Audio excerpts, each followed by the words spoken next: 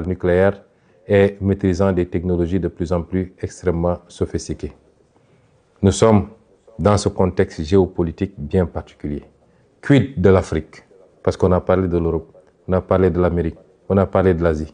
Et comme d'habitude, il est très difficile de parler de l'Afrique, puisque les Africains n'ont jamais pris leur responsabilité pour comprendre les enjeux et comprendre qu'ils n'ont pas d'amis, ils n'ont pas de parents et qu'ils doivent compter sur eux-mêmes par les réformes qu'il faut, par le règlement d'un certain nombre de contentieux ou de conflits inutiles, par la stabilité, mais surtout par le travail.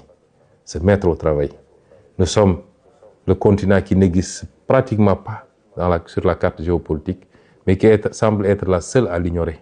Et nous sommes là encore dans des débats secondaires qui n'apportent rien au monde, qui n'apportent rien à l'Afrique, et qui ne rapportent rien à nos pays plus individuellement. Cette Afrique-là, qui n'est jamais sortie sous le joug de la colonisation. Parce que ce qui se joue actuellement, c'est une forme de réitération par certains empires de volonté coloniale. La colonisation, elle n'est pas seulement physique, même si ici on est sur le terrain physique, elle est aussi cette possibilité d'imposer ses vues, ses desiderata à tout le monde et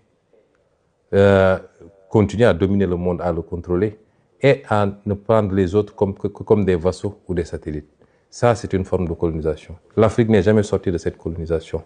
Et je m'en veux pour preuve que ce que les d'aucuns appellent la néocolonisation, par les monnaies coloniales, par le pillage des ressources naturelles, mais également par la dette injuste imposée à l'Afrique, les conditions extrêmement délicates d'accès à ces crédits et tout ce que ça fait porter comme poids à l'Afrique.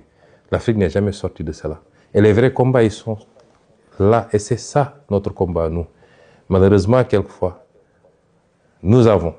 moi personnellement, j'ai l'impression d'être assez isolé dans ce combat, y compris ici, dans notre pays au Sénégal, et maintenant qu'on est au pouvoir. Et c'est ces enjeux-là que nous devons comprendre.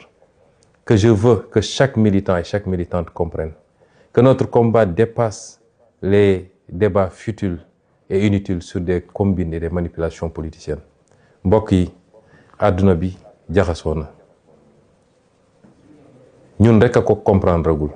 Bu ñuy seetaan di xew ci àdduna bi ci ay commentaires la yem xamuñu ni lépp lu xew foofu impact bi mun a am ci suñuy réew ak suñu développement ak ci ëllëg ndax nit du soppiku. L'être humain est un prédateur. La majorité des êtres humains sont des prédateurs. Li andi woon ci ay jamono ay nit jaaxle ca fa ñu dëkk seen suuf doyul